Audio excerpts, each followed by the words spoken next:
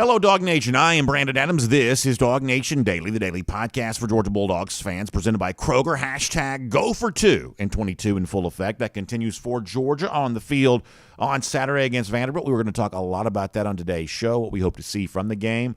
A little bit of a reason why Saturday's game feels a little bit different than sometimes the game involving the number one team in the country might feel. We'll get into some of that today. This also feels like a really good day as well to get into some big questions as it relates to UGA recruiting. Jeff Sintel going to be on hand here. And I'm going to set up some questions here in a moment that I think are important for Jeff to help us answer today. And we're going to kind of frame the storyline and the narrative for Georgia going into kind of a stretch drive towards the conclusion of the 2023 recruiting cycle. Believe it or not, the early signing period is only a few weeks away. If you really want to think about December as a matter of weeks, the rest of October into November, then boom, you're kind of in that sort of final days before the 2023 cycle concludes. And there's also some interest with Georgia as it relates to the 2024 class here, there as well. So we are going to cover a lot of that. Georgia picked up 2 commits. We're going to talk to Jeff about that. We'll give some thoughts on the big games for the weekend. Georgia trying to cover a huge number. Bama, Tennessee kind of sucking a lot of the air out of the room when it comes to the conversation here right now. So we have got a lot to cover on the show. As I said before, a lot of it recruiting, some of it related to Stetson Bennett, some of it related to what Vanderbilt has a chance to do against Georgia and how Georgia can respond to that. We'll just try to do it all. Fun golden shoes before we say goodbye to you today. And we'll see if we can pick some winners for you there, too, on some of the big games of the weekend. So we're going to deal with a lot of that and be really, really happy to have you with us as DawgNation Daily, the daily podcast for Georgia Bulldogs fans, presented by Kroger, begins right now. Today's episode of DawgNation Daily is brought to you by Kroger, fresh for everyone. Presented by DawgNation.com. This is DawgNation Daily, the daily podcast for Georgia Bulldogs fans. Here's your host, Brandon Adams. So I promise you we're going to give you a lot on Georgia on the field on Saturday. Some of this relating to Stetson Bennett. We'll do that here coming up in just a moment. I do want to tell you this, though. I'm going to try to see if I can get to Jeff Sintel relatively quickly into today's show because I got a lot of questions for Jeff. And when I think about like the conversations I'm having with Georgia fans right now, especially this week, this is not like, listen, Kirby Smart, the Georgia coaches, the Georgia players, they can't overlook Vanderbilt. And to a certain extent, I'm not really overlooking Vanderbilt either. I'm actually excited about being between the hedges tomorrow. I'm looking forward to being back watching Georgia play in Athens. We don't get many of these opportunities, so you want to soak up each and every one. And I'm actually pretty energized about that chance. But the conversations I'm having off the air this week, I do find them to be maybe more recruiting related than maybe the typical game week is when you are really dialed into whoever Georgia might be playing. This sort of feels like in a lot of ways the calm before the storm for Georgia in terms of a big stretch it's got of games coming up. And it sort of feels like people are kind of broadening their horizons a little bit right now to think about, hey, what's going on with UGA recruiting? And so I'm going to hit a couple of things pretty hard with Jeff here in a moment. And I think you'll find this to be interesting for those of you who are kind of trying to think about both in terms of the final stage of the 2023 class, early stages of the 2024 class, recruiting priorities for Georgia, pie in the sky dreaming in some respects.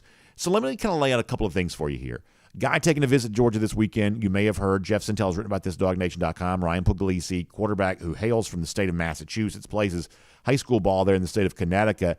And my, oh my, is there not a lot of buzz around Puglisi right now as a quarterback of note for Georgia, and a lot of folks watching that visit here this weekend. So I think the question we're going to ask Jeff here in a moment is Puglisi really the quarterback to know for Georgia when it comes to 2024 class, the guy you're trying to bring in here? Is this a name to know? Is this the guy that Georgia sort of settled on? And does that mean that the other names we've talked about in the past, the Julian Sayans, the Jaden Davises, are all those names not kind of in the past tense? And is Puglisi now the guy? Has Georgia settled on him? Does this mean that after this weekend that Puglisi might be ready to settle on Georgia? The Puglisi visit, the quarterback who plays his high school ball there in Connecticut, coming down here is going to be a big story worth watching. We're going to ask Jeff Sintel about that in a moment. I suspect I know what Jeff's going to say, but we'll ask him nonetheless. Here is something that I don't really know what Jeff's going to say, but you better believe I'm going to be asking it. Tonight in the state of Georgia, you got a big matchup, high school football, between Mill Creek and Buford. Now, you know this, for those of you who pay close attention to this, that, that's Caleb Downs on the Mill Creek side. That's Justice Haynes on the Buford side. Two very big-time prospects from our state who've signed up to go play from Alabama. Is this over and done, or do we see any evidence whatsoever of Georgia still trying to get in on a Haynes? I would say that's probably more the position of need for me right now. Is Georgia still trying to get involved in a Justice Haynes at all? Are they still, trying to kind of get involved in a Caleb Downs at all? The Haynes thing may be more realistic. The Haynes thing may be certainly more of a position of need. With these two big schools kind of squaring off against each other, these big prospects who happen to be good friends kind of squaring off against each other, is Georgia still in the mix? Are they trying to stay in the mix? Are they elbowing their way into this discussion still on Justice Haynes? Is there any there? Is there anything left on that? And we're going to ask Jeff Sintel about that here coming up in a couple of minutes. One more big question that I'm curious of. We have seen Georgia maintain its big success recruiting defensive side of the ball.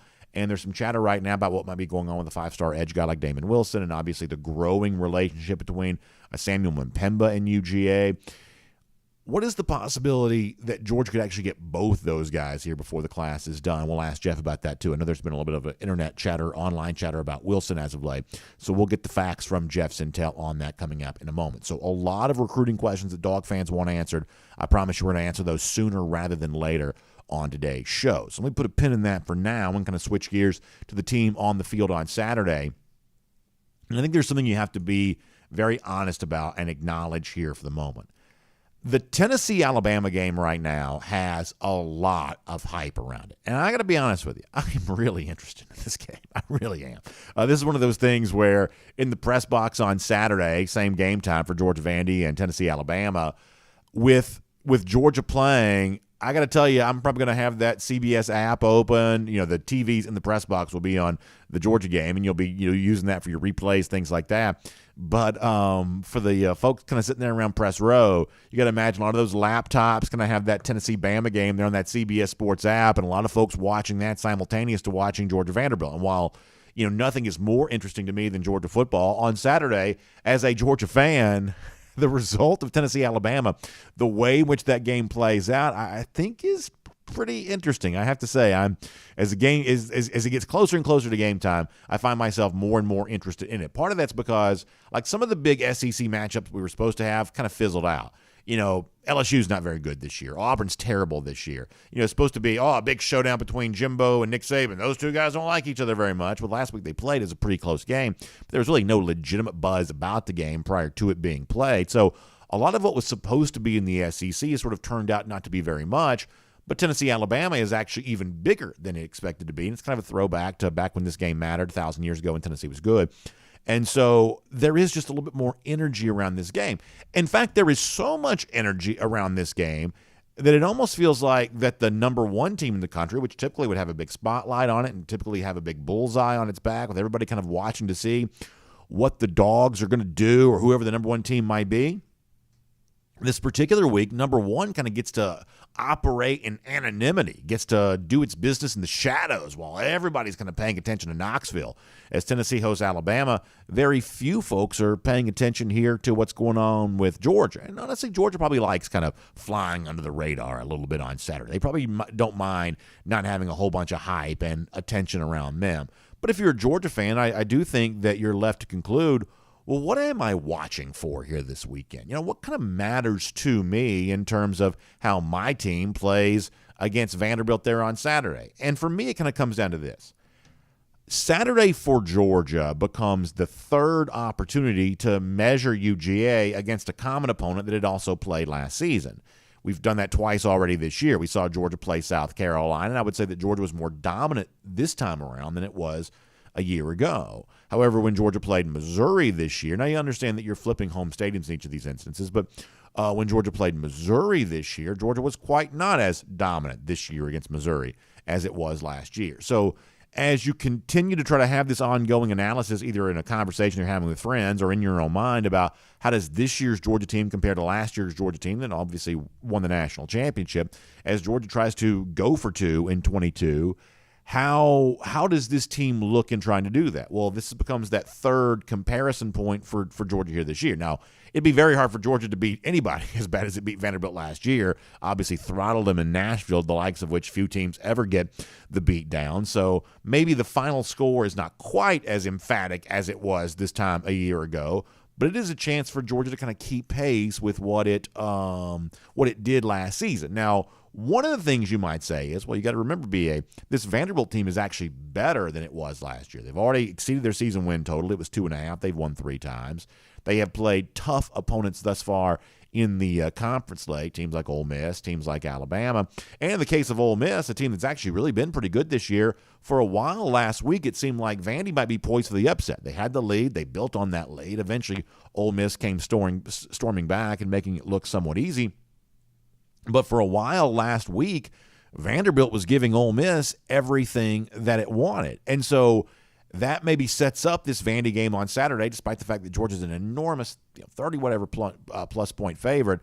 Despite the fact that Georgia's an enormous favorite here, a little bit of a measuring stick, because this is one of those teams that Georgia, after all, does play every year. And this is one of those teams that last week, at least for a while, played a pretty good team, pretty tough. Clark Lee's the Vanderbilt coach. You don't have much reason to know much about him, but he did talk this week about the excitement they have about playing Georgia and the hope they have of taking some of the good parts of the early portion of the game last week against Ole Miss down here with them to Athens on Saturday. This is what the Vandy coach said about that earlier this week. This team's excited about the challenge of going to play the number 1 team in the country this weekend. We're excited to go down to Athens and play in a fun environment on the road. And in the end, anxious to see if we can pull forward some of the positive things that we've done to this point in the season, including the first half of the Ole Miss game where, there were flashes of Vanderbilt football. And if we can replicate Vanderbilt football over 4 quarters, we'll put ourselves in good position in Athens. So listen, here's what I told you earlier this week. I can't tell you that betting on Georgia to win the national championship right now is a good bet. I can't see the future. I don't know how it's going to end. But I do tell you, and I did tell you earlier this week, that I think you'd be a fool right now to bet against them. I think you'd be a fool right now to stand up and emphatically say that Georgia definitely won't win the national championship. We have seen instances already this season where Georgia has proven itself to be very much in the same conversation with anybody in the country, be it Bama, be it Ohio State, be it anybody else. And I would say there have been moments this year when Georgia has also looked pretty similar in terms of its overall level of dominance to the team a year ago from the Dogs that won the national championship. Well, Saturday's another opportunity to provide a data point in that regard. We've seen Georgia be imperfect in games in which it was playing what is viewed to be overmatched competition. And in Saturday against Vanderbilt, given the fact they played Ole Miss tough last week, Ole Miss is a pretty good team, and given the fact they've already won a few times this year, if you were to kind of play around and scuffle around and be less than your best against the Commodores, then maybe the game stays closer a little longer than you want it to. But if the opposite of that happens, if Georgia does come out heading into a bye week, flex a little bit, get the easy dominant win, then once again, I think confidence in Georgia fans is, I would say, would prove to be the right viewpoint here on this team. So very few people will be watching Georgia closely on Saturday. It's not a game of consequence to anybody sort of outside the bubble of DawgNation. The attention's on Alabama, Tennessee. But the best team in the country, at least based on the ranking, still resides in Athens. They're also the team that have the championship belt around their waist right now, too. And Saturday is a chance to send a message. I'm looking forward to being in the stadium on Saturday to see if Georgia really is truly capable of delivering it. My name's Brandon Adams, and this is DawgNation Daily, the daily podcast for Georgia Bulldogs fans, presented by Kroger. Glad to have you with us, no matter how you get to us today. 9:45, we get things going on the DawgNation app and at DawgNation.com for our first in 15. We join you as well live on video, Facebook, YouTube, Twitter, Twitch. After that, all kinds of video platforms. And then on the radio at noon on Athens Sports Radio 960 Ref, podcasts wherever you find them, including the world-famous DawgNation.com. Man, we just have so much going on, so many different platforms to have this show delivered to you, and we're thankful for each and every one of them. Also thankful to have our friends at Kroger making the show possible for you. You know, Kroger's been with us for a long time, and they love helping us to deliver DawgNation to UGA fans wherever you might be, and The other thing that Kroger loves this time of year is getting ready for Halloween. Think about the decor you need for your house. Think about the candy you need. Some of this you maybe save for yourself. Some of this you give out to the kids in your neighborhood. Whatever you do with that candy is your business, frankly. But either way, all the stuff you need to make Halloween great, you can get great savings on it at Kroger. I'm talking about scary good savings at your local Kroger here right now. Stop by in store and just do your shopping. Or if you want to begin online, Kroger.com/Halloween for a lot more on that. That's Kroger.com/Halloween. And you can be ready for a great, great Halloween season right there at your local Kroger. All right, as I told you before, we're going to get a lot of recruiting questions with Jeff Sintel here coming up in just a minute. That's going to be a fun thing to do here. And some of these may be good news. Some of these may be, we'll have to see. But we'll do all of that here coming up. Before that, though, I want to go around the doghouse. Georgia back at home again on Saturday. When we think about putting you back at home or maybe a new home, we think about our friends at Berkshire Hathaway Home Services. They bring around the doghouse for us here today. And when you talk about things you want to see from Saturday, what you want to learn more about Georgia, a couple of those things I would say relate to Stetson Bennett. It's clear Bennett did not have a good game last Saturday. Bennett did not throw the ball particularly well. What is not clear, though, is the diagnosis as to why. Was this just a bad game? Was he just off? Was he, as he said in his post-game press conference, just pressing too much or trying too hard? Or is there a chance that he's injured? Because there were, for those of you who watched on TV last Saturday, there was some chatter on the CBS broadcast about Bennett being a little banged up, not being fully 100%. And Kirby was asked this week, where did that come from? Did you guys tell the CBS crew that off the record and off the air that Bennett wasn't healthy? Just how healthy is Stetson Bennett and that shoulder that we know at least is prominent enough that it's been discussed? And, folks kind of foresaw, including our own Jeff Sintel, kind of saw, Bennett on the field prior to the game, kind of going through a little bit of a warm-up thing where it seemed like he was, trying to get the shoulder, just trying to test it to see how healthy it was. So how healthy is Stetson Bennett right now? This is what Kirby Smart said on that earlier this week. Here's Kirby. No, Stetson's been good. He was dinged up after the Missouri game in terms of he took some shots in that game. I think he got knocked down a couple times. His shoulder was bothering him, but hadn't been a large limitation. I mean, he can't miss practice time and things. So he's been good in regards to that. So this is one of those things where I think Stetson Bennett's shoulder could be falling off his body, and Kirby Smart would probably say exactly what he just said right there. So I'm not quite sure how you take that, but it is worth watching. It is worth paying attention to. I mean, the one thing I do take some stock in is the fact that Bennett hasn't, as Kirby says, missed any practice time. I think that's an important element in this discussion, that Bennett's still able to kind of go out there and do throughout the week what he needs to be doing. So I'd say that means he's more healthy than not, or healthier than not. But I mean, there are a lot of folks who kind of saw this with their own eyes last week. It's where it seemed like he was kind of testing a little bit. He has talked about it some, and his level of play wasn't quite the same standard that it's been at prior to this. So you're left to conclude, well, is this then bothering him? And I think a lot of Georgia fans will be looking to see, does there appear to be more signs of this on Saturday against Vanderbilt? We'll be watching that closely. But if we assume that Bennett is fully healthy right now, the thing that I'm also watching for is more of what we saw in the second half last week, where he kind of got turned loose, and he had a big hole to run through. They had the design run for him, and boom, he busted the big 60-plus yard touchdown run. That's the kind of thing I want to see more of. And I'm reminded of Terrence Edwards, who I thought brought up a good point on our post-game show this past Saturday of, hey, not only does Terrence say he wants to see those regular traditional design running plays from Bennett, but just also kind of throwing on the move too. Bennett is sort of his best when he's kind of in like that sort of frantic state of, hey, it's crazy, but I'm going to run around. I'm going to keep a play alive. I'm going to stretch. I'm going to extend it. I'm going to use my legs. That's the kind of athleticism in which, Bennett has a chance to kind of thrive. And I thought Terrence brought up a pretty good point on that on our post-game show on Saturday. And once again, going back to Kirby Smart here for a moment, he was asked on Monday, how valuable is Bennett with his legs? Obviously, long touchdown. He's had a touchdown rush in all but one of Georgia's games here this season. That kind of puts him in a pretty good category of guys who throw it statistically as well as he's done, with also the element on the ground too. How valuable is that? Kirby said, yeah, pretty valuable, the kind of thing we need to make sure we get the most out of. This was Kirby from earlier this week. He brings the ability to make defenses play him honest. You can't play a guy that can take off running a certain way, and if you do, he'll expose you. So he gives you the ability when people man match, play split safety coverages. He can do things with his feet. Third down, he becomes a weapon. Boot and nakeds, read plays where you can read the backer and read the flow, and you're actually defending one extra person, and we know that defensively from some of the quarterbacks we've had to face, the nightmare that can create. So we got to do a good job of utilizing that skill set while also keeping him safe. Yeah, so, I mean, listen, maybe you say, well, against a team like Vanderbilt, you don't want to do that because you don't really feel like you need it. You want to save that for when you do need it. And I guess that's fine one way or another, but I just want to see it more. I just want to see this more a part of the Georgia story. The thing that we've been told over and over that sort of sets Stetson Bennett apart, not just from quarterbacks on the Georgia roster now and previously, but other quarterbacks around the SEC, maybe even around the country, is the fact that he does have that element of his athleticism. And I think he is actually a pretty top-level athlete, that he has that element of athleticism.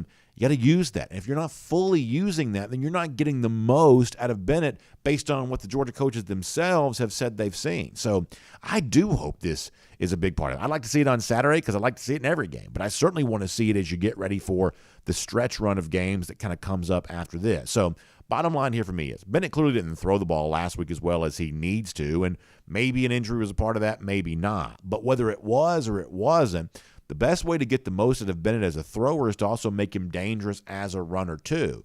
Make the defense consider that. Make the defense think about that. Kirby just said keep the defense honest. Keep them on their heels, in conflict, trying to decide what they think Georgia's going to do. Bennett has the ability to kind of utilize an entire array of weaponry, whether it be throwing the ball, running the ball. Let's make sure that he uses all of that's at his disposal. And I would say maybe even this Saturday against the Commodores there as well. That is Around the Doghouse. It's presented today by our friends at Berkshire Hathaway Home Services. They believe that the best time for new beginnings is right now. Now, what's a new beginning for you? Well, it could be a lot of things. You think about where you live now and how your life could be made better if you were living somewhere else. Maybe your family's gotten bigger. You just need a bigger home. Or maybe a job that you either have gotten or want to get or something like that, and moving closer to that gives you a better opportunity. Or maybe it's family that you live away from but you want to get back closer to.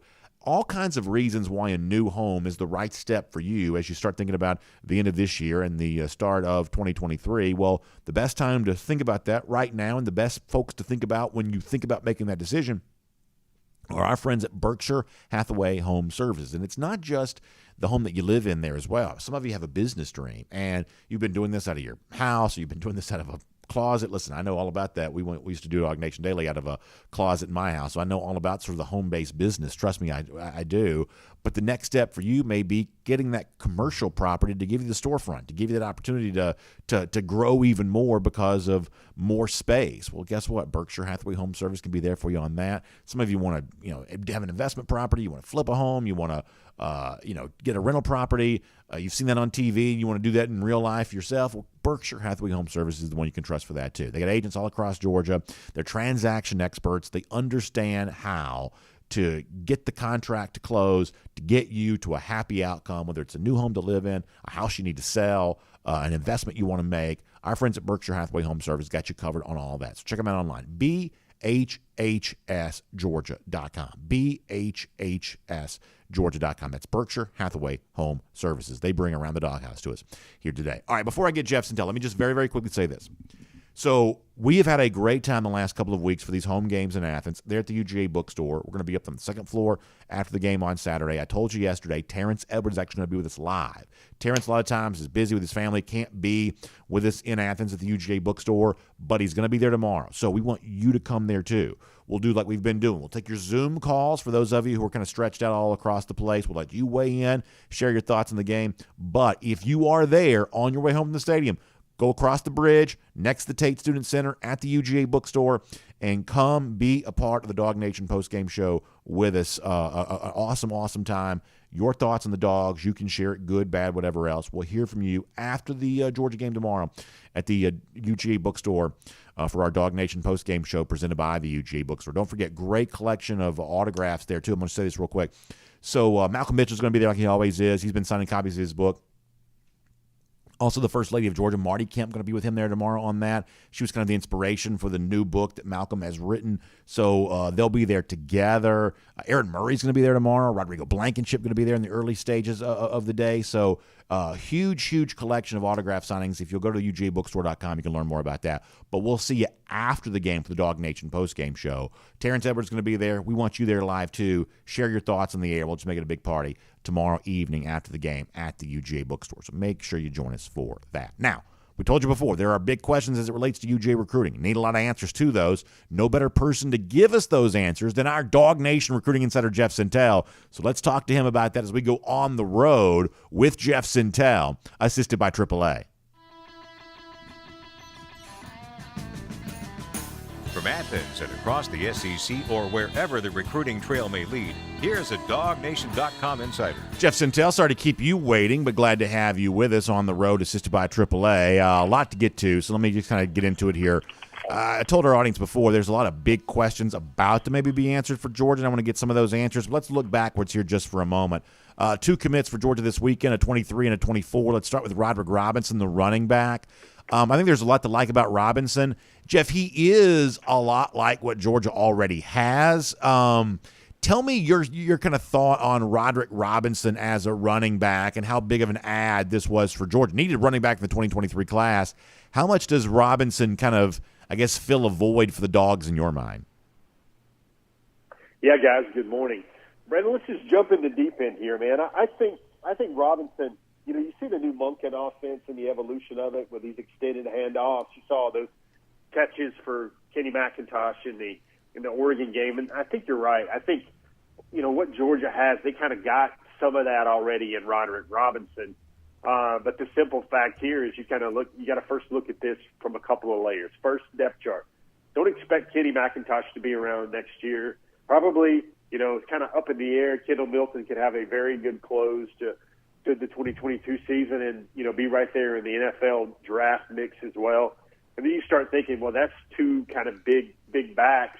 Branson Robinson has shown a lot over the last couple of weeks. Andrew Paul, remember that name from fall camp? He was even looking better than Big Branson at points during fall and during the summer. So, Roderick's a guy, I think, well, first of all, I think what it does is, unless one of those big names flip, which I don't expect them to happen in like a Reuben Owens. Reuben actually told me this week that he's still talking to Georgia, which I thought was interesting. I don't think Justin Haynes is going to flip, but everybody keeps talking about is there an under the radar back for 2023? Brandon, I don't think that's going to happen.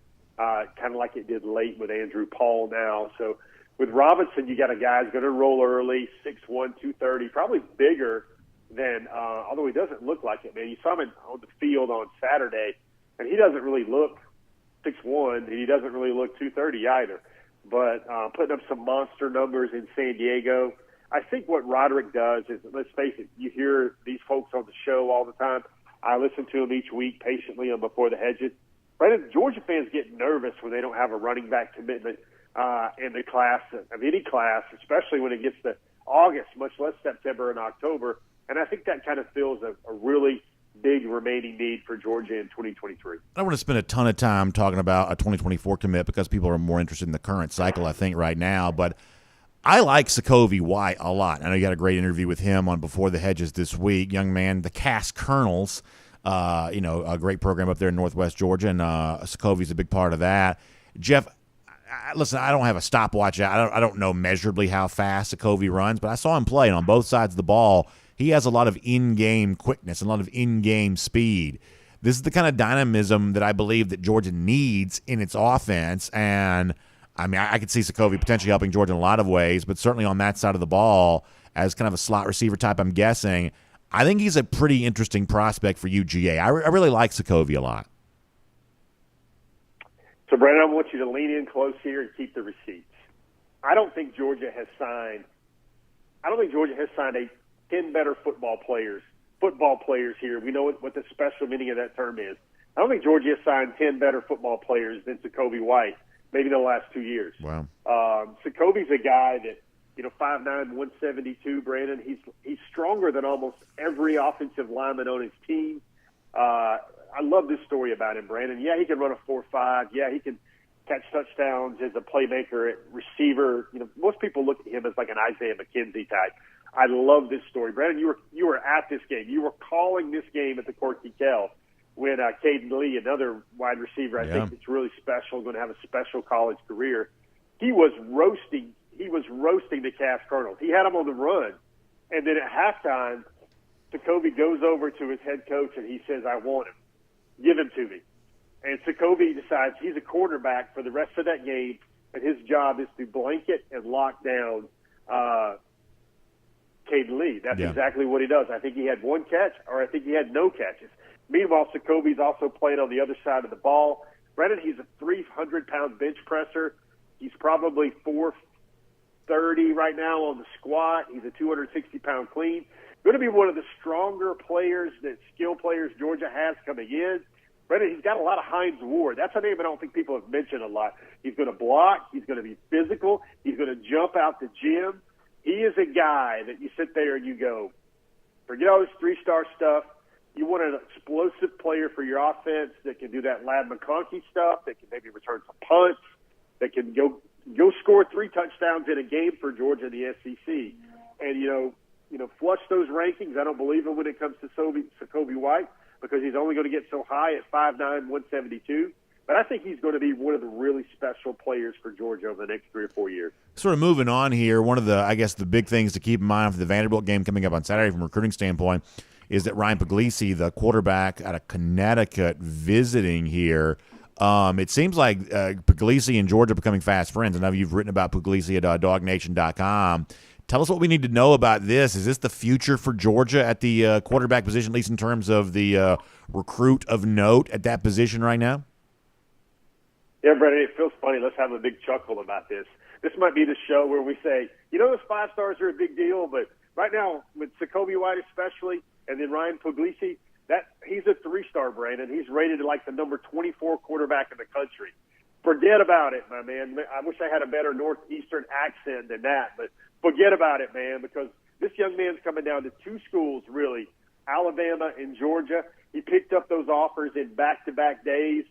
6'3", 205. Brennan's going to run about a 4.75, which is pretty good speed. He throws the ball. He's told me he's launched the ball 73 yards before. Brennan, he's also a baseball player. I wouldn't say he has Spencer Strider's fastball, but he says his fastball has been clocked at 93 miles per hour. So that legitimizes the arm. Brennan, he's in Athens this week. He's bringing the whole family. He's told me that he's had a private leader for a while. And then the last thing that maybe potentially could bode well for Georgia fans is his pinned tweet is his offer from the University of Georgia. Those are a lot of ducks in a row starting to march and line up, which makes me to believe simply that this could be a very impactful visit for Ryan Puglisi and his family. So here's my question, and I just am curious. Like, how good is he, and how good do we know that he is? Playing, kind of prep school ball in Connecticut, no disrespect, it's still a bit different level of football. Like, what is the evaluation process for a guy like Puglisi, and how has it been that after talking about, Sayan and Jaden Davis and at one point in time Dylan Raiola and all these guys, that suddenly, that conversation is now over. Puglisi is the guy that we're currently talking about, and he may go on to be the next, I don't know, Tom Brady for all I know. But how does a process, take place like this, where kind of suddenly he just sort of emerges and everybody else sort of gets pushed to the past tense? Yeah, it's a good point. I think, Brandon, what we've watched on the field kind of plays that out a little bit. My theory here, and I think it's pretty sound, is watching Stetson Bennett over the last 2 years has convinced the Georgia coaches that they'd love to have a mobile quarterback.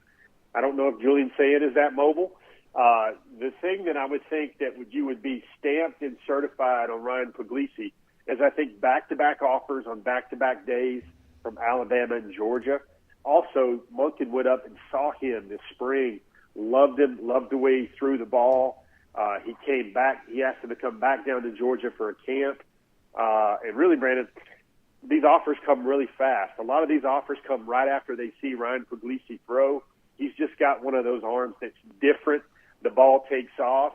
This weekend works out well for him because Avon Old Farms is a prep school, like you said, in Connecticut. They normally play on Saturdays. This is the one Saturday that Puglisi has off with his family.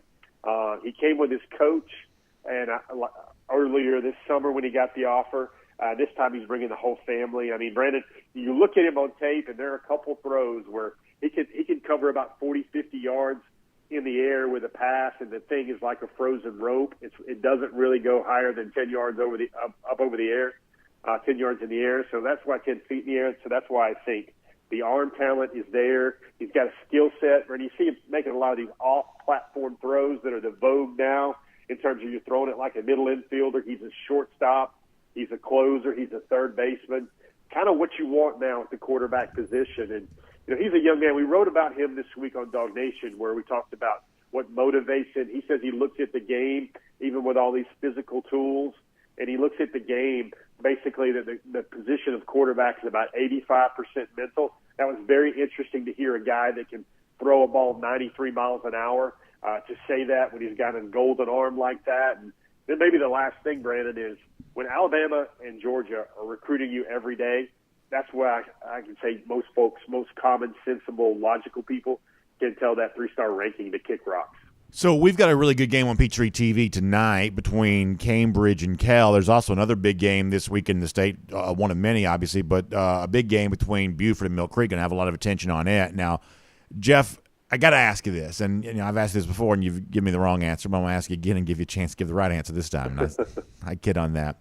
I'm assuming that the Caleb Downs thing, that's just done, right? Because, you just don't see a lot of evidence that Downs was ever all that into Georgia. At least I don't. So I'm assuming that's done. But how about the Justice Haynes part of that? High-profile game tonight. You got to imagine a lot of college coaches going to be there in the building for Buford, Mill Creek. Obviously, the 2 5-stars here, far from the only elite prospects. Buford in 24 is loaded, obviously. But is Georgia still recruiting Justice Haynes? Is there still a candle in the window for Georgia and Haynes at all? Brandon, I think it's done.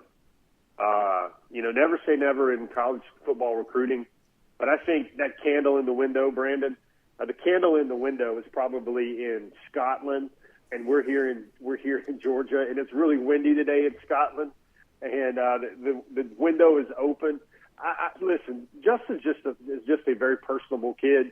He's a very professional kid. Him and his family, they're not the type of family that's going to sit there and tilt at windmills. I think they're happy with the Alabama decision. I think they're happy with what is building there at Alabama. They got the answers they wanted over the summer from Nick Saban that made a lot of sense. And Brandon, I know it's probably still the wrong answer, but it's the answer I have, and I'll stick to it. I just think Alabama and Justice Haynes, that just feels better to Justice and his family, and that's really all we can say on that. I think that, it's certainly an honest answer. It's certainly fair to say, and I felt the need to ask anyway, even though that Justice is in kind of that sort of high-profile spot tonight with the big Buford and Mill Creek game, one of the bigger games in our state here from a high school football standpoint here this year.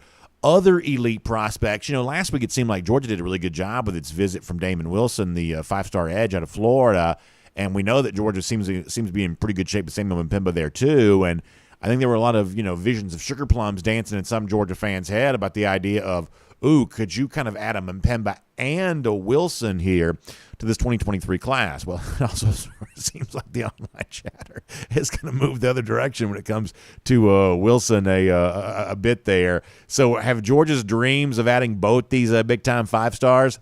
At this point it seems like Mpemba and Georgia are in really good shape with each other. But is the dream of adding both these 5-stars kind of falling by the wayside a bit here? Brandon, speaking of tilted and windmills, I think the online chatter for Damon Wilson over the last 72 hours is probably like a hummingbird drunk on Red Bull, man. That thing is back and forth. And, bye week last week, Ohio State basically got to go down there, visit, watch practice. Basically, there are really limited rules on stuff like that they can do. I would expect Georgia to use their off week this next week to also do the same thing. Brandon, it's one of those things, man, that probably going to last a long time, probably going to take a while. Damon Wilson has expressed the fact that he would like to finish this up, not go the distance until mid-December on that one. But Brandon, this is one of those recruitments where I think Damon Wilson has his eyes on two schools, and now we're in the name, image, and likeness era, and we're going to see what happens to the finish line in terms of who's going to create the best opportunities there for Damon Wilson. Well, there you go. Sometimes it goes down that way. Hey, I got a couple more things I want to ask you, kind of big picture stuff here, kind of related to this and beyond here in a moment. Before that, though, let me remind folks that we're on the road, assisted by AAA here today with Jeff Centel. We get the recruiting scoop from Jeff every Friday on DawgNation Daily, and one of the reasons he's able to do that is because he's out there traveling and visiting with these recruits throughout the week. And when you're on the road, I want you to think about AAA there as well. Or when you're at home, I want you to think about them there too, because obviously they protect us when it comes to being out on the road, and they can protect us in a lot of ways when it comes to insurance, but specifically with your home insurance, there are a lot of great incentives for you getting your home insurance through AAA. One of those is claim-free reward. Now, here's how it works.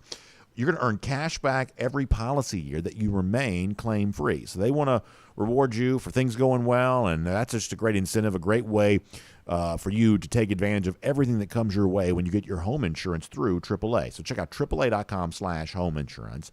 That's AAA.com/home insurance. Or give them a call, 833-718-2075.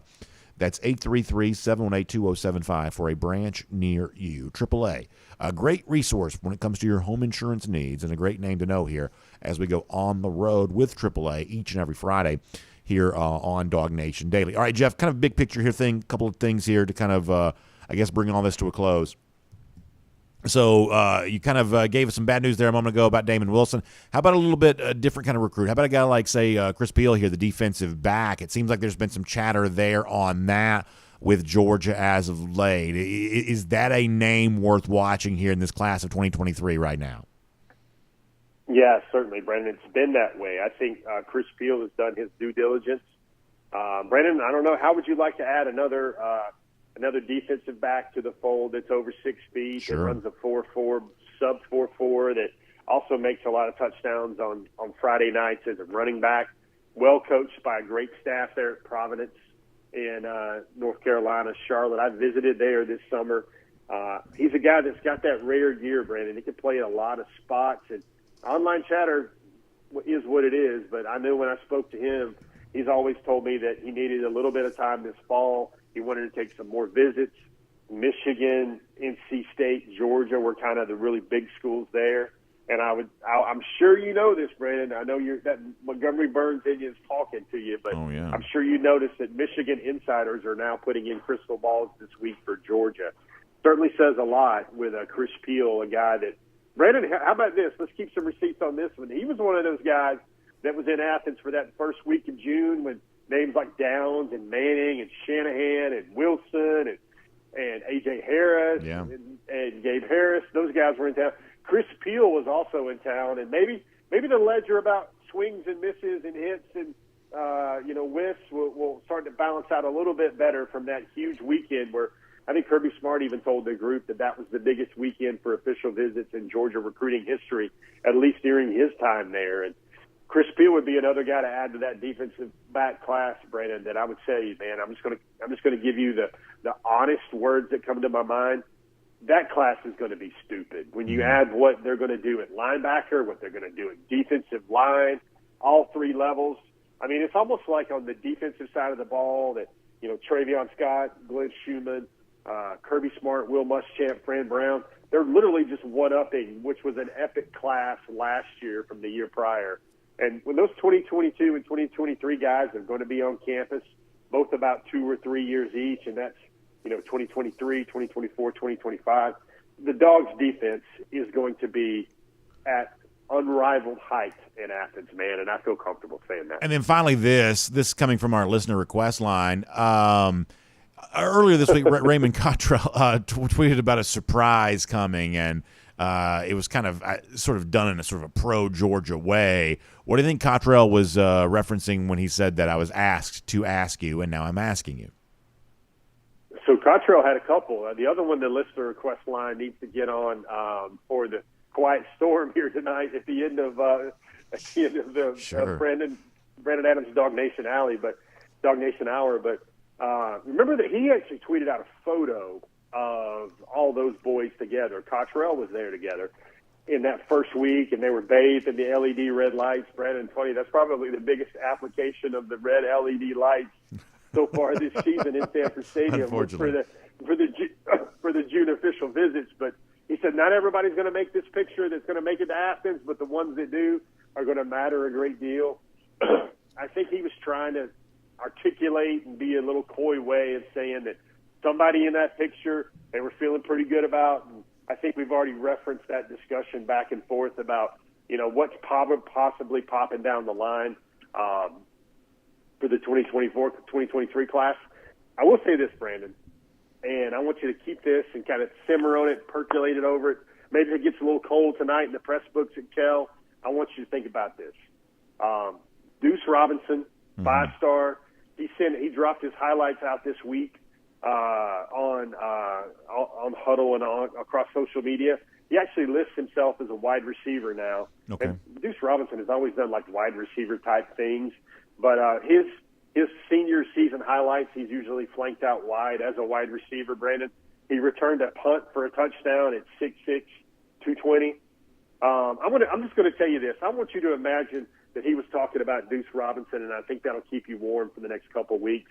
If he takes another visit back to Athens, Brandon, if Deuce Robinson takes another visit back to Athens, that might be something serious as a closing boom for the 2023 recruiting class in Athens. Something to think about because Georgia and its offense can certainly make use of a guy like Deuce Robinson, who's almost exclusively playing at wide receiver anyway in his high school offense already. That is a fun way to close out this conversation. That does give us plenty to think about right there, Jeff. Great stuff. Thank you for being here on the road, assisted by AAA. Look forward to getting a chance to chat with you again very soon, and obviously staying very close to DawgNation.com for all the recruiting information that is no doubt on its way here in the coming days. Hey, man, have a great one. Safe travels, and I'll see you in Sanford. Yes, sir. Let's take a look around the rest of the league. This is SEC Through. That was good. That was pretty much exactly what I thought it'd be. I run the Justice Haynes thing up the flagpole, didn't get the salute, didn't really expect to. Wilson thing, sort of seems like that's, kind of fizzling here right now. But positive news there on Robinson, interesting stuff on Peel.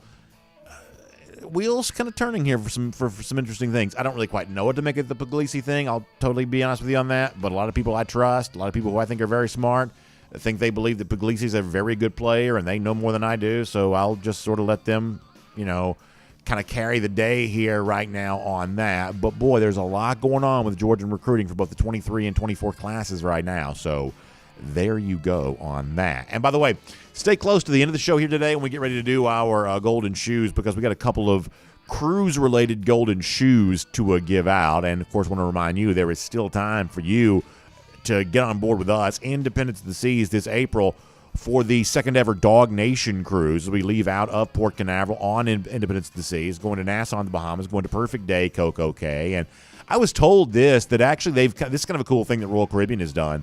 They've extended that $100 onboard credit offer for you. So the $100 is cool because, obviously if you're with DawgNation, you're probably running a big bar bill. That's just kind of the way that goes. You want to go to some of these specialty restaurants. We love to eat. Shore excursion, things like that, having fun when you get off the ship. All of those things that you're purchasing on board the ship can be used with this $100 onboard credit can be kind of used for that. Now, there's a lot of things that are coming at no additional charge. I mean, honestly, most of what you enjoy kind of comes at no additional charge. When you want to kind of have an additional extra experience, certainly the onboard credit helps you with that. So you can get going on all of that. Also had a great conversation yesterday with someone who's like, hey, BA, I'm going to be with you in December. I'm taking a little bit of a short cruise in December, and I'm excited about that. And just kind of bumped into somebody yesterday, so I'm going to be on the same ship. So we are looking forward to getting ready for all of that. I got to have things to look forward to in my life. I just do.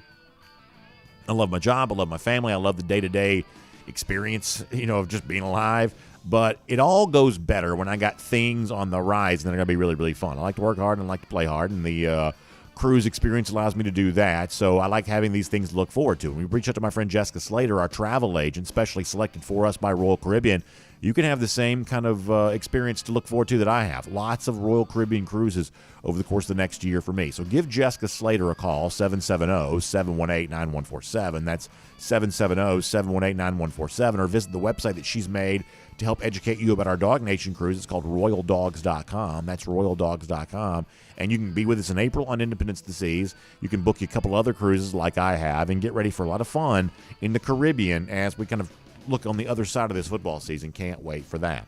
All right, with that said, let's dive in here now and let's get some of the big picks on some of the games here this weekend. We'll give you even more thoughts on this tonight when Go With The Flow shows up on the Dog Nation video channel, 7:30 p.m. for that tonight. But before that, though, here's kind of a little bit of a taste of my thoughts on this. I'll give you all the games that we're going to pick tonight on the show. Brief thought here, starting with Georgia. 38-point favorite against Vanderbilt there on Saturday. At least that's the number when we picked the game, kind of at 38, so I'm going to operate on that here for the moment. I don't think this game is going to be close. I don't really, concern myself too much with the idea of Georgia, playing a closer than it's supposed to be a game against Vanderbilt. But at the number 38, I certainly can't advise you to go out and bet that number. Could Georgia win 37-3 or something like that? Maybe so. Is Georgia definitely going to cover the 38? I would say that history suggests that's not a given. That is not a rubber stamp situation at all. Georgia 0-9 in its last 9 home games when favored by 38 or more points. That's against the spread. This actually predates Kirby Smart. 8 of those belong to Smart. One of those happened in 2015 before he got here. You got to go all the way back to 2014 to find an example of Georgia covering a home spread this large. So that enough might be to kind of keep you away from this game. I also told you yesterday, Georgia has not been great in the week prior to an off week under Smart either. And this is something that kind of matters. Not every trend does. But when you think about resting injured players or, looking ahead to tougher games in November, the bye week typically comes at the same time for Georgia. You look at 0-7 against the spread in games before a bye for Smart at Georgia. One of those was in 2019 when you actually had 2 off weeks. There's a little bit of an asterisk next to that. But you've also got 2 outright losses here. A loss to Vandy in 2016, a blowout loss to LSU in 2018. Georgia's not been great in off weeks. I think you have to factor that into your opinion on the point spread for Saturday. Once again, you can think Georgia wins easily without believing that it covers, and I'm not quite so sure I believe it will cover. Nor do I think Tennessee covers against Alabama on Saturday either. I'm operating on the assumption that Bryce Young plays, and that Bryce Young plays at less than 100%. But honestly, I don't know that I think that Young is required to win this game for Alabama on Saturday. One of my best bet picks, one of the things I like best of anything on Saturday is the under here. Depending on where you found it, we got it at 65.5 earlier this week. I like under on the Tennessee-Bama game. Alabama establishing a defensive game plan, playing offensively in a way that it helps its defense, and I believe getting after Hendon Hooker in a way that nobody has thus far this year. This game I expect to be lower scoring than most of the experts think it will be, and also a chance for Alabama to kind of reassert itself here a bit.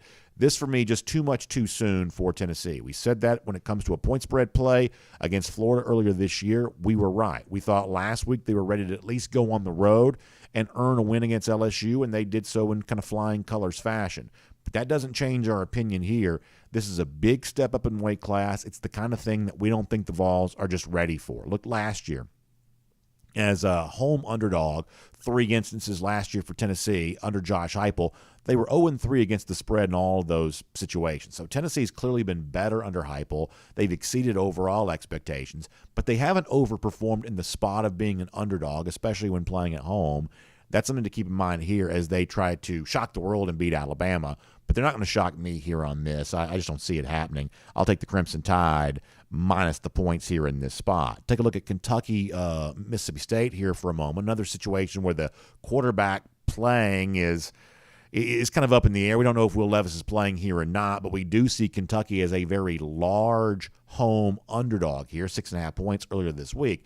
Mississippi State's been pretty good on the road when favored. They're, at least, not embarrassing themselves. They're 2-2 in their last 4 under Mike Leach as a road favorite here. But Kentucky has been very good as a home underdog, 4-1 against the spread in their last 5 when getting points at home. That dates back to the start of the 2019 season.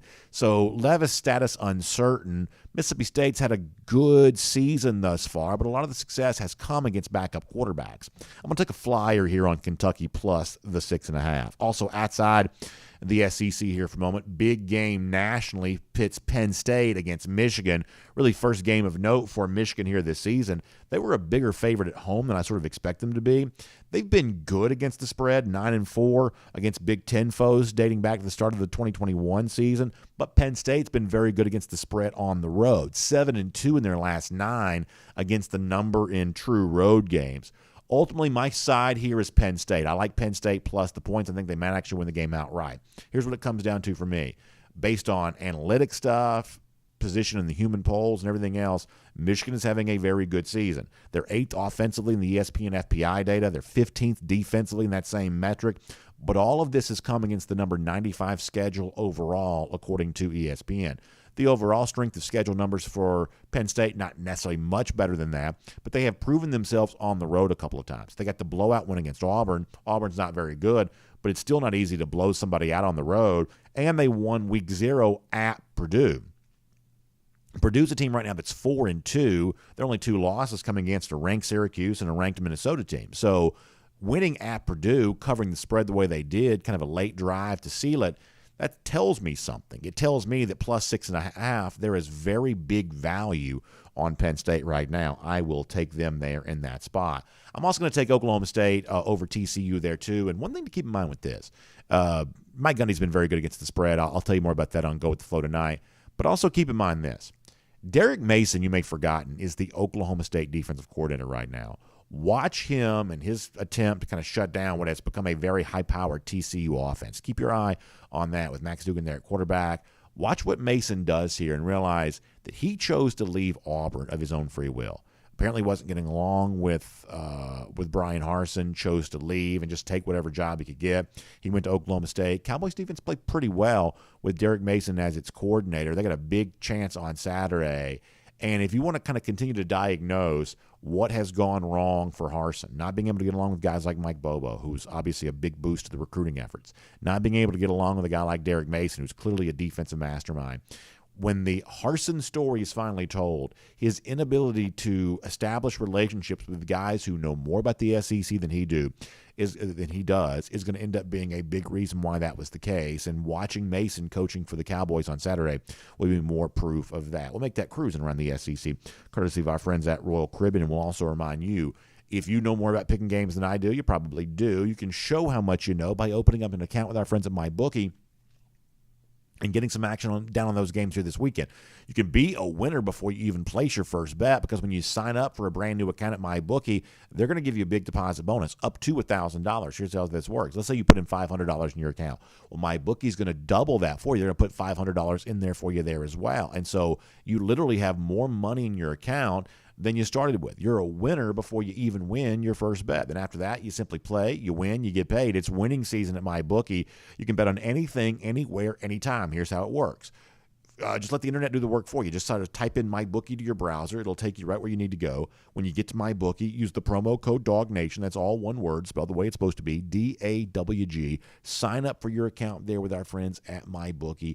Get the big deposit bonus when you use the promo code DawgNation. As I said before, after that, you play, you win, you get paid. With MyBookie, it is as simple as that. Hope you enjoyed the weekend. Good luck with your picks, whatever they might be. Great slate of college football. Way more even big games we had a chance to pick. You got some fun stuff in the ACC with Florida State Clemson. You got Utah USC. You got Florida LSU. This is actually a really, really deep weekend of games. So whatever you're watching, whatever you're picking, whatever you're betting on, best of luck to you with all of that. And by the way, speaking of the weekend, around here we also love the weekends there as well, because it's a chance to tailgate. It's a chance to have a great time. And for us, it's a chance to have a big finish to our week presented by the Finish Long Drink. I love being in Athens on Saturday and seeing all the folks who have that finished long drink right there in the cooler, having themselves a good time, enjoying time with friends. That is what the finished long drink is all about. And I love seeing all of you enjoy that each week here too, including Will Reed, who sent this to me last week, and I just think this is awesome. He says, BA down here in St. Simons for the Georgia-Auburn game with the finished long drink. Hashtag go for 2 and 22. Hashtag go Dogs. I love to see that from Will Reed right there on the beach. Got his Braves hat on, got the long drink, traditional can right there in his hand. That's the grapefruit flavor, the gin kick. I love St. Simons. No better place for college football Saturday than right there on St. Simons. And glad to know the finished long drink is flowing there on the Georgia coast. That is awesome. So Will Reed, Thanks for sharing that. Thanks for sharing the hashtag #GoFor2in22. And I am certainly glad to see you enjoying the finished long drink. And by the way, if you want to enjoy some yourself, do what Will did. You can go to thelongdrink.com, put in your zip code, and find out where you can pick some up today. Bars, restaurants, golf courses, everything in between in a place like St. Simon's. You can do it all and try the cranberry, the Long Drink Strong, which is 8.5% alcohol by volume. Long Drink Zero, no carbs, no sugar. Long Drink Traditional in the blue can, got the grapefruit flavor, the gin kick. Try it today. Enjoy it. You will be so glad you did. It makes every weekend better, and it can make the week feel like the weekend when you enjoy yourself some finished long drink. Enjoy that as we go on the ride to Go for 2 in 22. You better believe the finished long drink will be flowing the entire time there with us. All right, so some fun golden shoes to give out to you here today as we get ready to say goodbye. Let's go ahead and throw the first one up on the screen. We'll give shout-outs where they are due on all of that. All right, we'll get that going here. There you go. Bubby Dean, obviously looking forward tonight being back on Peachtree TV. My partner, Rusty Manziel, and me, Bubby Dean, watched us on Peachtree TV last week, and he sent the snapshot and the shout-out. Bubby, we appreciate you tuning in there on Peachtree TV, and thanks for your support for DawgNation there as well, and just great to see. So that's awesome. Bubby, we'll give you a golden shoe there for that. Also, how about this from our friends over at Rutland Farms? You do these, kind of corn maze things this time of year, and they've kind of made theirs. I guess this is real. It's amazing that people can do this. The Keely Ringo interception, we've seen a few of these. That's pretty impressive stuff there from our friends at Rutland Farms, so we'll give them a golden shoe there on that. Also, speaking of the DawgNation Cruise, how about Mitt Layton? How about Ness Baldazan? A lot of folks kind of joining us here on the DawgNation Cruise. Mitt saying he just signed up for it in April. Couldn't be there last year, but ready to do it here this year. Excited about meeting the entire DawgNation crew. Mitt, we're excited about meeting you. Ness says that he just booked a stateroom on the Independence of the Seas. Going to see you on board cruising with Royal Caribbean, hashtag DawgNation Cruise. So Ness, Mitt, everybody's going to be joining us there this upcoming April. We're really excited about all of that. We'll give you golden shoes there as well. How about the lousy stinking Gators? Got their hands full against Florida on Saturday. 5,027 days. That's how long their ineptitude has stretched. Long-time national title drop for them. And then 15 days from right now. It's getting close, folks. 15 days from right now. Georgia back in Jacksonville, beating up on those lousy, stinking Gators again. You love that. Have a great weekend. Enjoy the game. We'll see you after the game at the UGA bookstore and back here on Monday for DawgNation Daily, presented by Kroger. Talk to you then, everybody. And on video. Time now for the R.S. Andrews Cool Down. R.S. Andrews, the one you turn to for your air conditioning, heating, plumbing, electric needs. They show up on time. They do the work that's promised, the price that's promised. You can trust R.S. Andrews on all of that today. So good stuff. We'll get your comments here as part of our R.S. Andrews Cool Down, and then we'll kind of bounce out of here. And, by the way, we're only a few minutes away from Ella Dorsey from CBS 46. She's going to join us here on our R.S. Andrews Cool Down. She's been on vacation, but now she's back, and so we'll talk some weather with Ella, and hopefully she's got some good news for us here coming up in just a moment. All right, let's see what the Facebook folks are doing. Good to see Barry Watkins, Clarence Dawson checked in. Glad to have them here. Steve Shaffini checking in there as well. Let's see what else. Ryan Walker checking in. Good to see him. A lot of folks over here in the Facebook comment section having a good time. Back and forth, talking to each other. I'll come back over to Facebook in a moment. I can't quite tell what they're talking about. Over here on YouTube. James F. says that Champ Bailey was one of his all-time favorite dogs. You better believe that is the case. Awesome. He's also going to be in our Georgia High School Football Hall of Fame inaugural class next weekend. We have all of that going on. I'm actually really excited about that. Going to be a part of that. And Champ Bailey going to be a part of that there as well.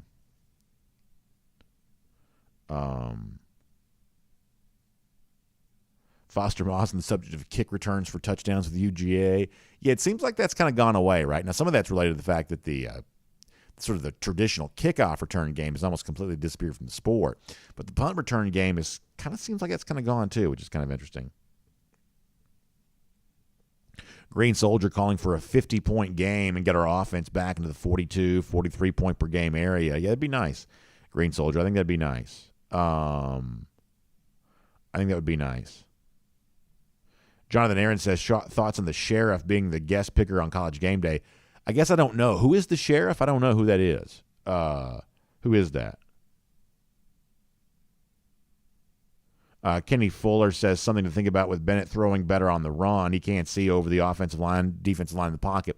Yeah, maybe that's the case. I mean, I know everybody makes a big deal every time Bennett has a batted ball. I'm not quite so sure that he actually has more batted balls than anybody else, but maybe that's the case. But I do think there's something to be said for some guys just are more comfortable kind of in the rollout situation. And listen, quarterbacks with their legs keep defenses on their heels. If you really kind of measure this, I mean, it's essentially the most efficient play in football is a quarterback running because, I mean, it's hard to generate 7-8 yards on a per play basis, but the typical quarterback run kind of does. Sometimes the quarterback rushing numbers are also misleading in college because the sack yardage kind of gets built into that.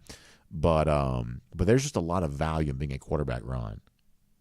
Jonathan Aaron says Peyton Manning is the sheriff. Oh, is he the guest picker on Saturday? That's actually a pretty big name for them to be able to get. So he's the sheriff. John Main says Dansby Swanson's the sheriff. I wouldn't mind seeing Dansby as the guest picker. I'd love to see him back with Atlanta again in the future, too. Jay Shipe says, I thought Katy Perry was the biggest star in Tennessee. Of course, we all remember Katy Perry's game day moment back in 2014. That's probably one of the most memorable game day for me that did not involve Georgia when they were at Ole Miss, and Ole Miss got the win against Alabama, and Katy Perry was there for that. James Moore says in high school, Stetson was great in the 2-minute offense. I wouldn't mind seeing some Stetson Bennett high school highlights, but that's probably pretty fun. What else was I going to say? I was going to say something a minute ago. Let me plug in my computer. Hold on, y'all.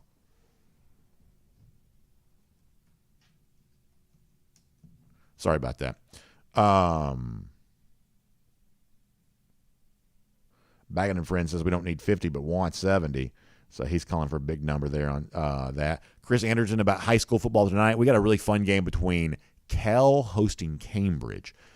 It's a big region showdown, kind of playoff implications here. Cal's got a really fun 2024 quarterback, Bryce Clavon. This is like a guy that's like a lot of times you talk about so-and-so being good at baseball, but they're just kind of good. Like Clavon legitimately might be a top 10 pick in the Major League draft next summer. Like he's a big-time guy. But he's also proven to be a very good football player, too. They got terrific collection of defensive linemen there as well. Josh Barker's a name that a lot of folks know. So there's some good college prospects. Cambridge has a really good wide receiver, Will Taylor. Some guys are kind of making names for themselves there, too. So this is going to be a really fun matchup kind of coming out of Region 6 and 5A between Cambridge and Cal. I'm excited about that. We saw Cal earlier this year in the Corky Cal Classic. They were very good. Chris Anderson says we needed to come to South Paulding and Langston Hughes in a couple of weeks. I love doing Hughes games. I hope we do get a chance to do another one before the season is done. We saw Hughes and Douglas County earlier this year. I really like Aaron Nolan at quarterback, too. I think he's a really good quarterback. I think Aaron Nolan's a very good quarterback. Foster Moss says, I remember watching Terrence Edwards' Washington County team against A.J. Gray. That's actually really cool. Terrence was a really good option quarterback. He's going to the Hall of Fame next week there, too. No, I'm talking about Aaron Nolan. Yeah, Aaron Nolan pitches for the Phillies. Aaron Nolan, Prentice Aaron Nolan, is the quarterback for Langston Hughes. By the way, they announced it's going to be Spencer Strider. It's going to be Morton for the Braves today. Strider are good. Okay, yeah, I'm glad. I'm happy to have Strider out there. We'll see how healthy he is, and obviously how the young guy kind of responds to the playoff environment. But you want that big power arm in the postseason, so that is terrific. I think that's good news. Kirby's Belt says, about Saturday, he says, I just want to win. I don't want to see a bunch of starters getting hurt before our competition heats up. And that right there may be the reason why Georgia has never covered the spread in a game prior to an off week under Kirby Smart, because I think most people are kind of that way. It's like, hey, if there's any doubt of so-and-so status, you hold them out for a game like this. You get ready for Florida. You get ready for the games that kind of come after that. There will be very little attention paid to Georgia. If Georgia would have scored 90 points on Saturday, it's not like anybody's going to give them much credit for that. If Georgia kind of scuffles here a little bit, it's not like many people will notice. It is just kind of an off-the-radar game. And so in these kinds of games in the past, Georgia has, maybe not always been at its best. Spencer Clark wants to see us just pound the rock against Vanderbilt. I do want to see that replicate week over week. What I have not loved about Georgia is there's a little bit of a, I guess, kind of frantic identity. It's like one game you're throwing to Kenny McIntosh 10 times, one game you're not. You're throwing to Brock Bowers a lot one game, next game you're barely throwing to him at all. Last week you established the run in a way you haven't all year long. I think that Georgia's got to kind of establish an identity and be that. And I hope that it's about 50-50. I'd like to see you throw it about half the time. I'd like to see you run it about half the time. I'd like to see you do both really well.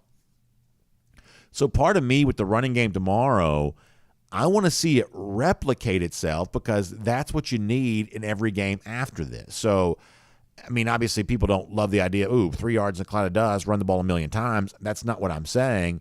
But when you do run it effectively, put up a big total, get guys like Branson Robinson again for a second consecutive week.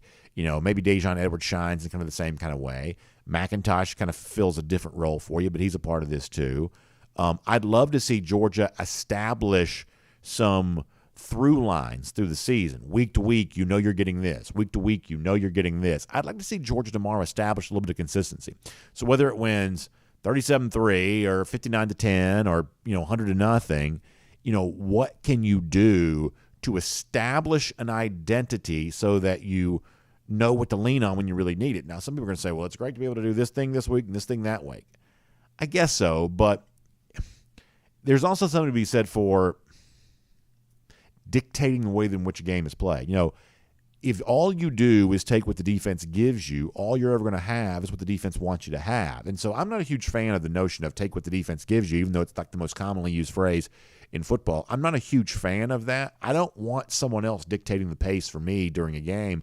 I want to dictate the pace during a game, and that's a chance to do that. Lord, Jay Shipe's search history's messed up our YouTube comment section again. You got these bots in here. I'm telling you, Jay goes to some of these questionable websites, and now everything's messed up over here. Jonathan Aaron calling his shot, saying 600-plus yards for the offense. I'd love to see it.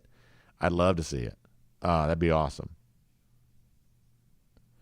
Baggins and Friends says, I can't really watch the Manning show or commercials. Just don't think they're funny. I think they're funny enough. I'm not the kind of person that really watches an alternate broadcast of a game. In other words, I don't watch Manningcast on Monday Night Football. I know people like the coach's film room for the national championship game. I might rewatch that after the fact, but I'm not going to watch that as my first choice when the game is being played. I don't really like alternate telecasts all that much. I like the game broadcast. Now, the other night with my kids, we watched Dude Perfect on Thursday Night Football, but given how bad some of these Thursday night games have been, I'll take any alternate broadcast you can give me there for that. But for the regular stuff, I'm not a Manningcast dude. I don't think that stuff's that funny. It's fine, but it's not. I'm not guffawing at whatever thing they're saying as an alternative. To me, Joe Buck and Troy Aikman are about all I really need. They may not be the best, they may not be the worst, but there's just sort of established voices, and the traditional broadcast is sort of all I really want.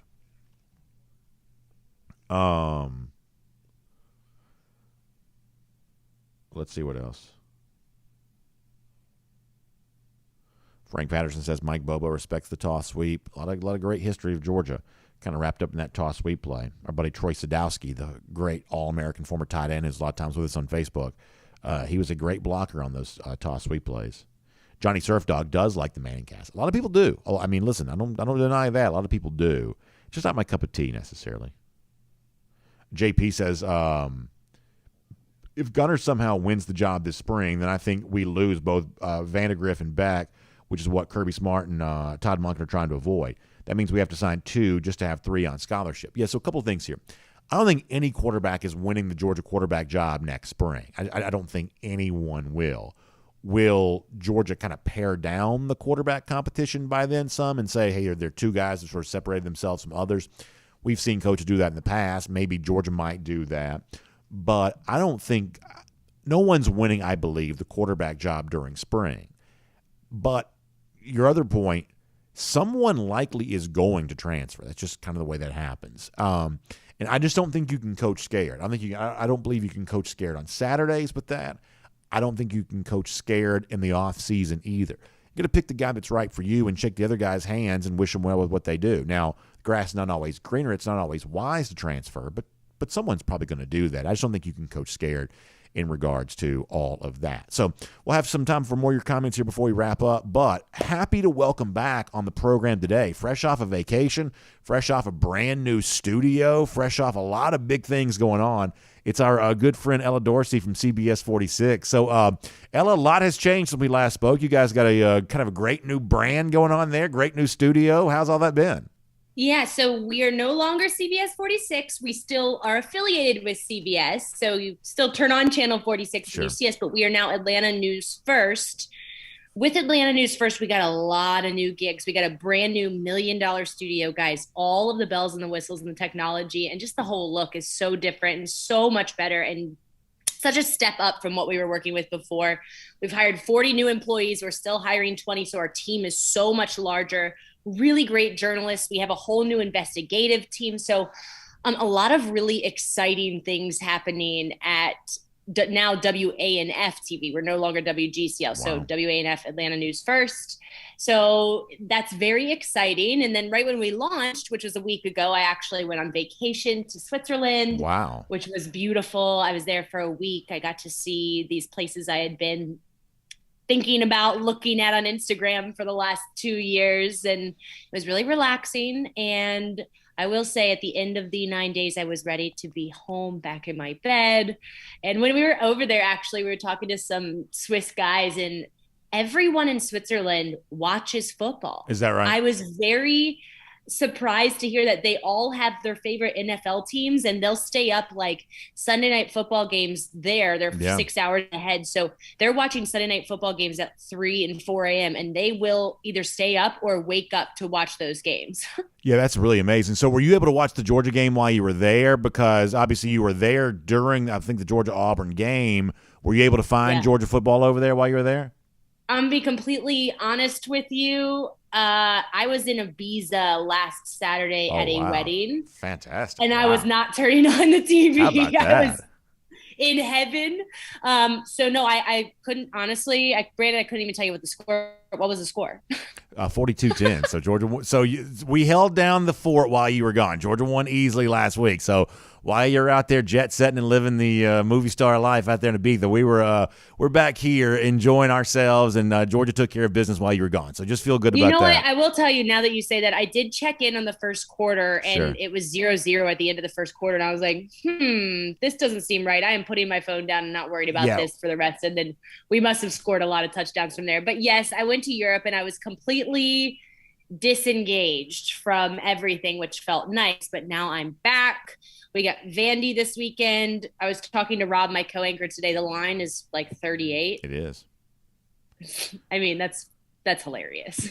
It is, but Georgia they haven't always covered these kinds of big numbers at home. Now, listen, I don't expect the game to be very close, but Georgia's not exactly always, won games like this by 1 million points. They don't have, necessarily the greatest track record of coming out here and sort of throttling some of these teams the way they should. So I don't expect the game to be close, but I also don't quite know how dominant Georgia is going to be, how much it wants to be. Got an off week next week. Maybe they're just looking for a chance to get out of there and go rest Brandon, up. I think the game that matters the most for Georgia this week is not the Georgia game. Yeah. It's the Tennessee Bama game, and they both is Bama Tennessee or that's a 3:30 kick too as well, right? Exact same time. That's right. So it's going to be like, let's watch Georgia for a quarter and then switch to the Bama Tennessee. I mean, I'm going to be switching back and forth, or just I'm going to be at a bar where I can watch both of them at the same time, because I think that game has a much bigger implication on the end of the year for us. What is your opinion on what's going to happen with that game? So I think Alabama's going to win. I think they're going to win whether or not that Bryce Young plays or not. I just don't think that Tennessee's ready for this yet. I know they're excited, and there's going to be a huge audience for it. And I'm like you, I'm really into the game. I really want to watch the game. But I'm just not a believer in Tennessee in a game like this. I don't think they're really ready to play Georgia. They may go 10-2, but this is a huge step up in weight class. It's one thing to beat Florida. It's another thing to even be competitive with Alabama. And even with an injured quarterback, I just don't quite think Tennessee's ready to do this yet. I really don't. This is, to me, and I lived in Knoxville for 2 years. Yeah. And when I lived in Knoxville in 2014 and 2015, that was when they beat us both of those years. So those games were very important games for them. That's when Butch Jones was the coach there. And not the greatest era in Tennessee football history. I mean, listen, I don't know that Knoxville is a great place to live anytime, but living in Knoxville during the Butch Jones era, that's probably not like the glory days of Tennessee. It was hell, all right? Yeah. I'll just put it that way. It was hell. But I will say that was really big. That was a really quick time where they were good for a few years, and on top of the SEC East. Since then, and really since before then, I don't know when the last time a game in Knoxville had this much importance for the Tennessee team. And I think they know that, if they win this game, then they're looking at what a battle for the SEC championship with us. So it's a huge deal for them. Whereas if Bama loses this game, right, and then they win the rest of the season, do they still make it to the SEC championship? Well, yeah. So, like, obviously, if Tennessee wins, then that sets up, like you said, it could be like number 1 versus number 3 when Georgia plays Tennessee in a few weeks. So that's like one of the biggest games in this stadium's recent history. And what they're doing on Saturday in Knoxville is as big as it's been there in a number of years. And for Alabama, it at least opens the door. If Tennessee were to win, all of a sudden you start thinking about, well, maybe it's an Ole Miss or somebody like that actually has a chance to win the SEC West. I don't think it's going to play out that way. But there is a lot that could happen if somehow Tennessee were to win this game, or all of a sudden we're having a very different conversation in November than we thought we might be. Right. So that's the only reason that I would say, if you look at talent versus talent, coaches versus coaching, history versus history, yes, Bama has the edge, but I think Tennessee has the heart in this game. I mean, they probably know how incredibly difficult this is going to be, one, but also how big of an implication this has on the team, on the town. And I can't even tell you guys, like, Georgia fans are amazing fans. I know this, diehard fans, but those Tennessee Vol fans, I mean, they live in East Tennessee. There's not another really major sport there. They don't have the Braves. They don't have the Falcons, right? So they live, breathe, and Tennessee football there. And so I think for the whole community, this is such a big game. I mean, that football team just runs that part of the country in a way that I don't know if really any other team, even Bama, I don't think it kind of measures up. So we'll see. It'll be really, really interesting to watch that game and then see what implications that has on our season, right? So if Tennessee wins and Bama loses, Bama wins the rest of the season, they're still in the SEC championship. But then if Tennessee wins, then we have to beat Tennessee or they go to the SEC championship. That's exactly right. It kind of becomes a de facto play-in for the SEC championship there at that point in time, and we know how – it's exciting. It is exciting for sure. So I want to ask you about the weather on Saturday. Before that, though, I got to find this out, too. You mentioned this. How you feeling about the Braves right now? Now, when we're doing this on Friday, obviously Game 3 is about to be played here this afternoon. Braves had to get the win in Game 2 after the rain. They did. So how you feeling about these Braves right now moving into a weekend of 2 games in Philadelphia and coming back to Atlanta for Game 5 if need be?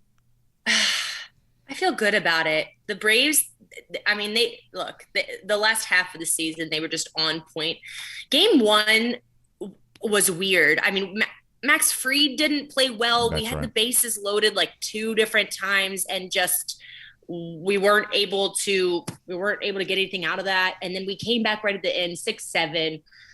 I just think we're a better all-around team than the Phillies. They're scrappy. Yeah. I don't think that they're going to win this series. Maybe they win 1 and it has to come back here for Game 5. However, I think that we got this series. I think we'll be looking ahead to the divisional series the big question is, will we play the Dodgers or the Padres? That's I mean, right. it's all really exciting. Like, It is. It's a great time of year. just really It's a cool. great time of year. It's such a good time of year, Ella. It really is. And, a couple years ago, when we didn't have Truist Park yet, when we were still downtown, That's right. it felt like a completely different team, Brandon. It felt the Battery has just changed the atmosphere. It's a much more family-oriented place. You can come there and stay there for a full weekend and just have the best time. And all the marketing, all the cool concerts that they're doing there and restaurants, it's actually like a whole experience to go to a Braves game. So, I'm really excited about it. I think, I don't obviously you don't want to be that fan that's too confident. Ever. Because those games can go anyways, and we're 1-1 right now, and we're headed out of town. But there's going to be some rain in the forecast up there this weekend. Okay. Hoping that maybe that could push to if we get a night game, that would be good again. The Braves play better at night. Yeah. So I thought the rain. I thought the rain helped Sunday. before. Yeah, listen. I thought the rain helped before game 2. Not turn this to a Brave show, but I thought the rain helped before game 2. It gave the crowd a chance to get in the game, and also when they got an ace pitcher going, get him off his clock. You know what I'm saying? Delay his start. Give him something to think about there for a little bit. I'll take a little bit of that. I thought it helped in game 2. I really did. It totally did. The Phillies had this game plan going in, and they had the momentum. And I feel like the rain just kind of took the momentum away. And then you had all those fans that had got another 3 or 4 hours to drink. So then it was just electric atmosphere the entire game. I think if it has to go to 5 games, right, and it comes back here, it's a night game, I think we'll finish it then. I don't see us losing 2 games in Philly. So look, we got tonight. There's high school football, which is fun. We actually air high school football. If you guys are looking for football on a Friday night after the baseball game is over, we air football on Peachtree TV, which is our sister station. I've heard about that. We air high school football every single weekend, and we play really big teams. Tonight it's a Cambridge game and at Kell. Yeah. So today we have baseball, right? Then we have high school football. Then tomorrow we have football all day. Then Sunday we have football all day. And then we might have baseball again. Awesome. It doesn't get any better. And listen, so let's finish with this. When you were gone last week, the weather for the Georgia-Auburn game was beyond perfect. It was so beyond amazing.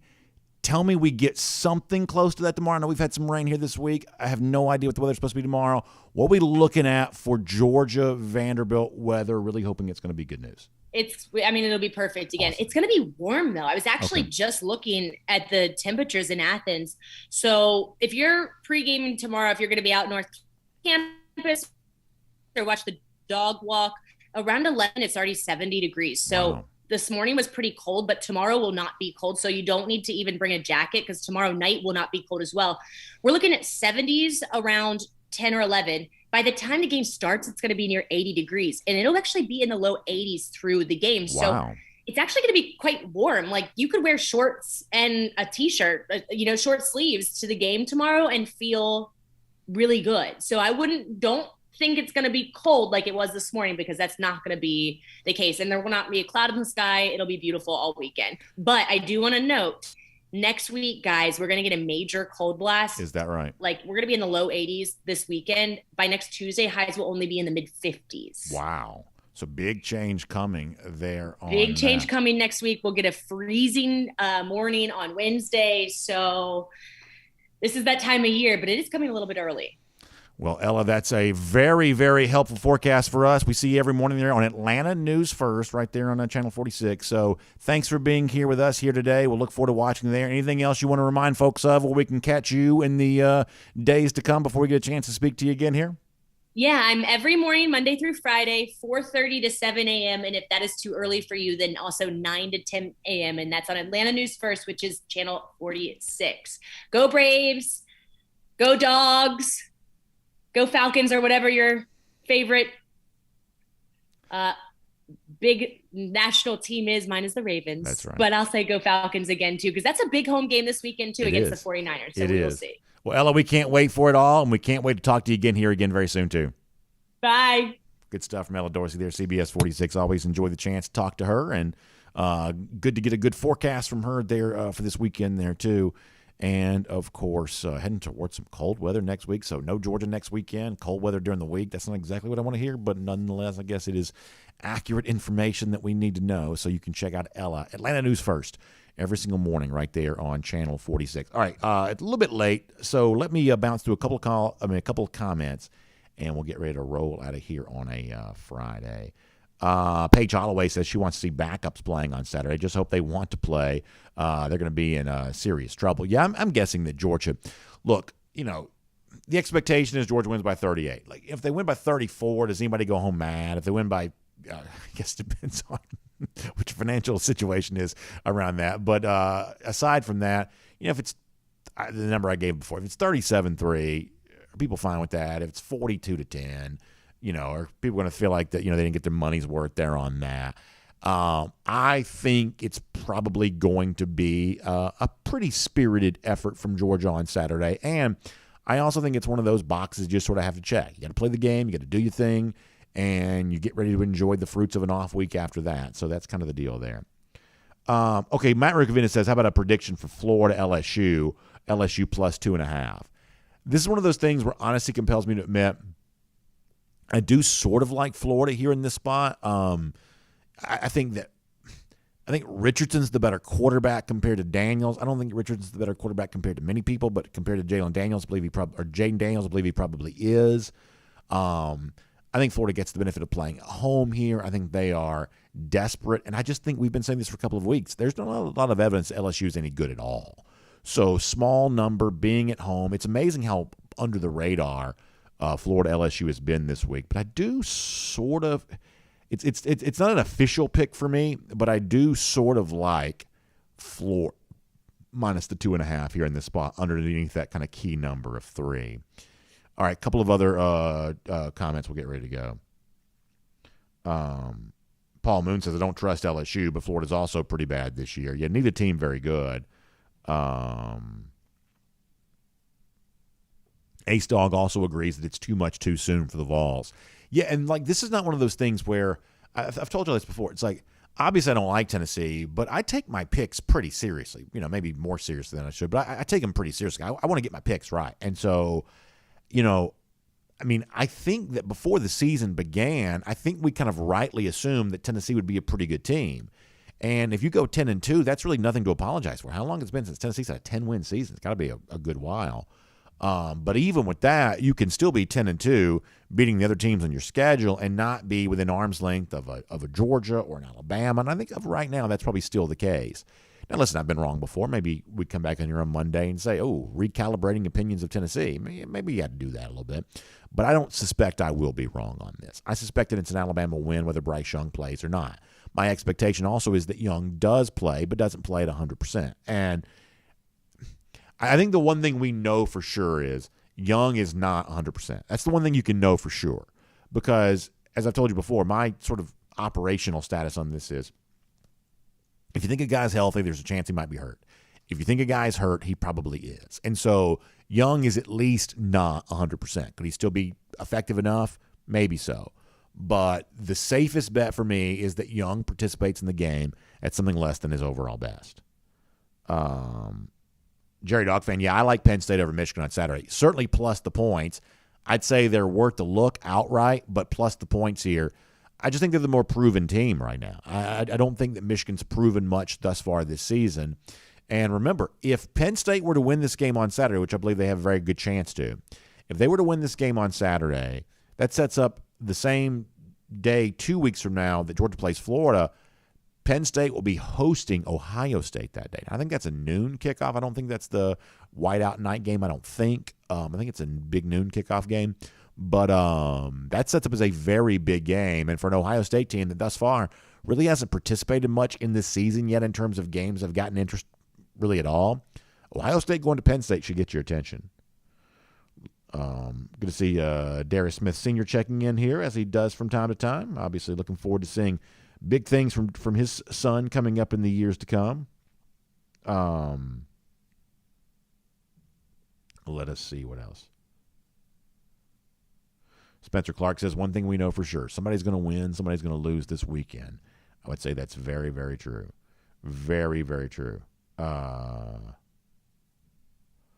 Kirby's visor driving through Atlanta right now. Kirby, appreciate you being here. Thanks so much for that. All right. Ryan Walker, good to see him as always. Miriam Corbin, no fan of the Phillies, and right now none of us are. You love that. Barry Watkins gives you the Go Braves, Go Dogs. That's good stuff. Joseph Kennedy says James Franklin's annoying. Yeah, Franklin's not my favorite guy, but I do like a lot of what – I mean, one of the things about Penn State is they've really upgraded their running game, and I think that's one of the things that makes them look more dangerous right now. I do. I think that's probably the case. All right, any final comment? Joseph Kennedy celebrating the fact that Brian McClendon, as an interim coach at Georgia, got a win over James Franklin in 2015, that Gator Bowl. That was a very interesting day for Georgia, but it was a good day for Brian McClendon. And one of these days, McClendon may be getting a lot more wins as a head coach in the future. Or in Chile, Tim Yarborough having a conversation with each other. You love to see the Dog fans kind of chatting back and forth there. Jacob O'Neill on the subject of that weather. Looking forward to a nice weekend there. All right, so we got to go. Ryan Walker also reminding us that the Lincoln program, that's where Marcus Allen, the running back, also went to there as well. I didn't know that. So I've learned a lot. I didn't know that Roderick Robinson and Terrell Davis went to the same school together. And Ryan Walker also says that the great Marcus Allen, who was a great, talk about an all-time great type guy, he went there too. That's really cool. I did not know that. All right. Let us get ready to go. Thank you for being here. Y'all check out the AJC online, ajc.com. Really great stuff going on there. You got the Braves in Philadelphia this afternoon. Post-game coverage of that.